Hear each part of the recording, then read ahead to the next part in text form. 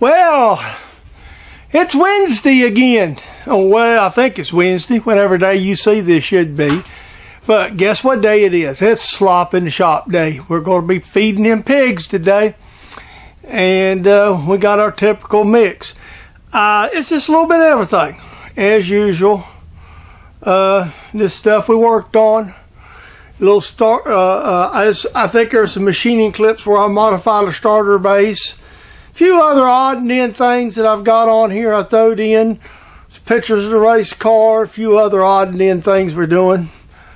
It's kind of the time of the year we're trying to get all that last minute stuff ready too. So I've been running around like a chicken just head bopped off. So no further ado, you gather everybody around the TV, computer screen, tablet, get the kids, the neighbors, the dogs, the cats, and all them folk involved that like to watch the old man make a monkey's tail out of himself, and let's sit back and have a little visit with us today. I'll come back and wish you bye at the end of the video. Thanks so much for stopping by. You've been looking at my workbench around and wanting to know what in the world this is. This is what we call a beadlock ring. And you'll notice this one's gold. Well, one of the sponsors from the race car, my nephew, he is into trying to have things pretty. He's a great guy. I love him to death. But he makes little jobs because appearance is important to him, and he helps us out. So we work with him on it. So what we have today is we're going to put bolts in it. These are the bolts that go in it in these packages. I'm going to have to do something to them. He was wanting to powder coat the bolts. Well, the powder coat folks basically told him, said, if you powder coat these, they won't work, paint them. So that's what we're going to do today. What we're going to do, we're just going to run down this cardboard box and drill little holes in it. I just grabbed up a drill bit, punch a few holes. They don't have to be perfect. So when we spray these bolt heads, stick in there, something like this, then we're going to paint them. So let me get them done. Well, there they are. I'm going to go outside where I don't have to smell paint. We'll shoot these things down with a good coat and see how they look, and let them dry a little bit. Probably put a couple coats on them. We'll be good to go. Hey, this box come in yesterday, and this is a set of shocks for the race car. And I think I may have covered this or not, but we're running a Thunder Bomber. And the division that the track we raced in is using the rules from Crate Racing USA. So we have one of the things they did with the rules is they was trying to protect the racers from themselves. So they come up with a shock absorber rule.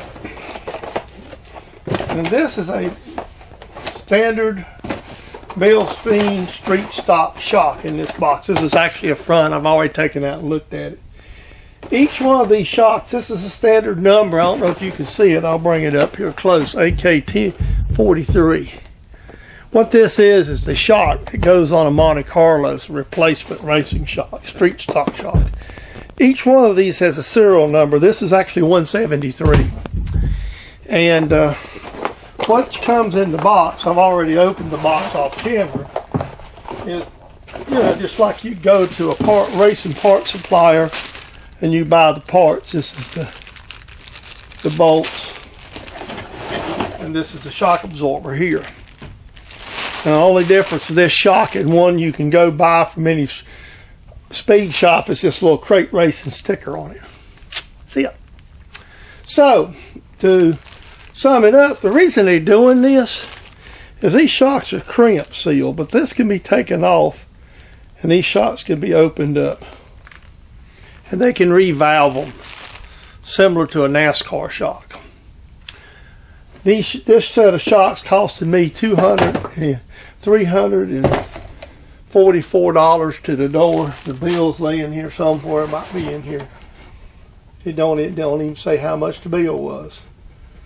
But yeah, $356 counting shipping. So the purpose behind these shocks like this is this is the certified shocks. This is my invoice. This shock, the reason for this is to protect the racer from itself. I thought I would throw this in my slop, so it's come to stuff that we do. This is a little fixture I made up to polish these yokes with before I take them. We use a lot of these old yokes that come out of old, out of a old car, it's been in an old car somewhere, and they set around with a truck, and they rusted. So what I like to do before I send my rear ends out to be built is get this loose. Well, that way I know I got good bearing surfaces for the seals. So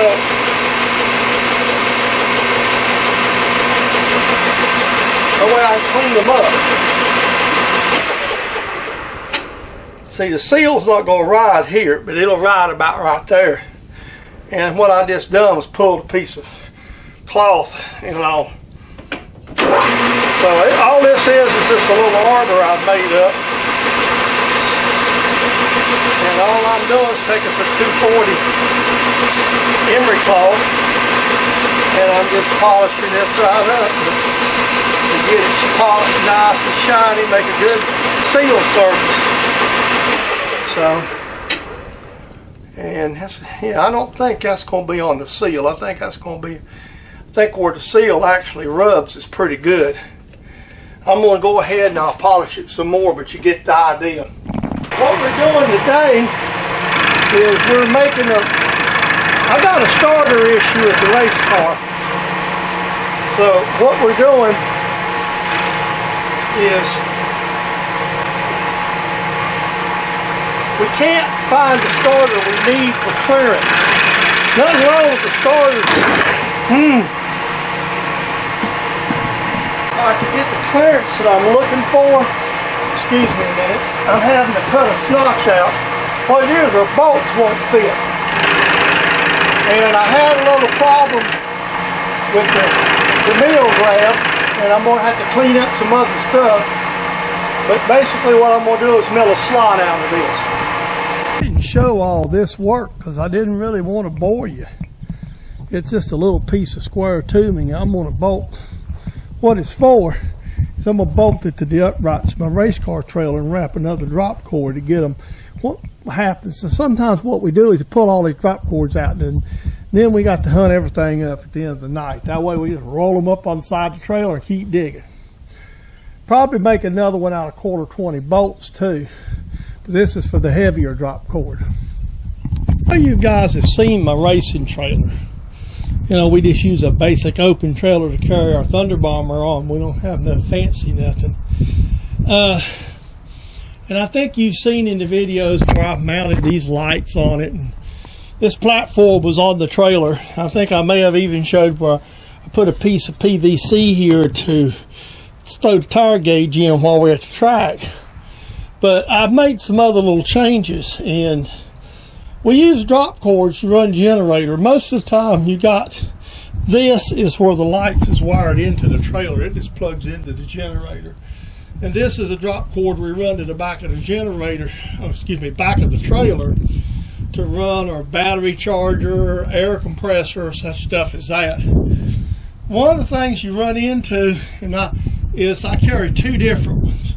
One of the things you run into is I use them little plastic inexpensive cord wraps and throw them in the box, which work really good, but at the end of the night you got to hunt them up. So what I done was basically took the inside dimensions of one and welded it up out of some 1-inch tubing I had laying in my junk pile and just bolted it. And the reason for bolting it, if I get tired of it, I ain't got to cut these things off. This is welded, but it's bolted to the trailer, so that makes it a little easier. So I have both my drop cords. This one's mounted here, so I've got the light cord that goes straight to the generator. I've got this one, and I've got my extra one that can go around the car or whatnot, all right here handy, just available for when we need them. So it's just a handy idea I had. And let's see, with the bigger generator, we just leave it up in the truck bed because it's a little harder to get down. A lot of racers mount them on their tongues, especially with closed trailer, but since we don't have a closed trailer, we carry a lot of supplies in that aluminum box. This gives us that. And if you'll notice too, I have these lights arranged in the middle. I showed this in the past, but this light is to shine in the toolbox so we can look at it at night. And the other two is just to give us lights in the pits just back to the car. You still got to use flashlights to work. I mean, with these trailers, you can't put them big tall things out like you see on some of them other things. So, and by the way, this is a beautiful day. This is a Saturday here, by the way. Okay, hey, I'll let you guys go. I thought I'd throw this in the slop in the shop. Well, I'm going to show you the car again. I think I forgot to turn the mic on. I've got the thing off. I'm going to put some fuel in it. It's ready to go to the graphics, which we'll take. And I'm going to put some fuel in it. And I'm going to bring this up. Fuel we use is aircraft gas. I've got the back of the car off of. Sometimes I use external mics on these cameras, and sometimes I forget to turn the mics off. So, my bad, but till I look down, sometimes I just get in the moment wanting to fold the fuel. So the car's here, it's ready to go. And we got a local guy who's going to do it. We're just waiting for him to tell us he's ready. So I'm going to be, hopefully today, this evening later, or tomorrow, hope to hear from Randy so we can take the car up to him. Now let me get this fuel stuck in this thing, and we'll get back. Hey, I hope you enjoyed Slop in the Shop this week. We've got our pig feed together and fed them again. We're beginning to get a few things going on. There's a lot of little projects that's half done, needs to be finished around the home here, between it and the race car and the shop. And so with all that being said, we'll have some other stuff. I got a couple of things in mind that I'm going to be working on here soon. I'll probably do a little short video on it, sort of maybe a repeat or something, but we'll go ahead and do a video on it just because we can. And outside of that, I don't see much else interesting. So I hope you enjoyed today's video. It is a copyright production, James Dedman, Sawlogs Plastic Hubs. Hope you enjoyed the content today, the mix and match and stuff. We got some couple of, maybe one project we're going to be kind of doing pretty soon. We'll be doing a video and highlighting it of it. With all that being said, I hope you enjoyed your visit with me today. Come back often. Please hit the bell, subscribe, tell your friends and your neighbors about us, and hey, we'll be looking forward to the next video and you stop by our little place and pay us a visit. Till then, every one of you have an awesome day. We will see you in that next video.